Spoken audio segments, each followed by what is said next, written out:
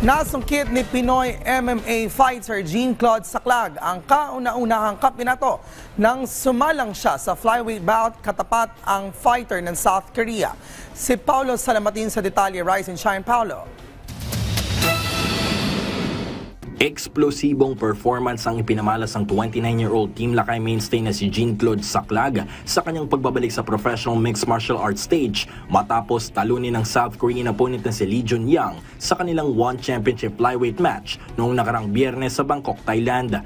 Kumailangan lamang ng 74 na segundo si Saclag sa laban na nagpakawala ng isang mabigat na overhand right na siyang nagpabagsak sa South Korean fighter sa lona na sinundan ng mga kombinasyon sa muka bago tuluyang ihinto ng referee ang laban via technical knockout. Sa panayam ng PTV Sports, sinabi ni Saclag na malaking tulong ang ilang taong pamamayagpag sa amateur level sa pagsungkit ng gintong medalya sa 3 sunod na edisyon ng Southeast Asian Games sa kanyang muling pag-apak sa professional MMA career.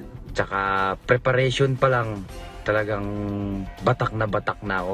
Pagkatapos ng laro, sobrang saya ako kasi alam ko na kaya ko siyang talunin pero hindi ko in-expect na ganun kabilis yung... Aminado rin si Saclag na naging malaking epekto para sa kanya ang masaklap na unanimous decision loss sa unang professional MMA fight noong 2019 kontra Ryo Okada ng Japan.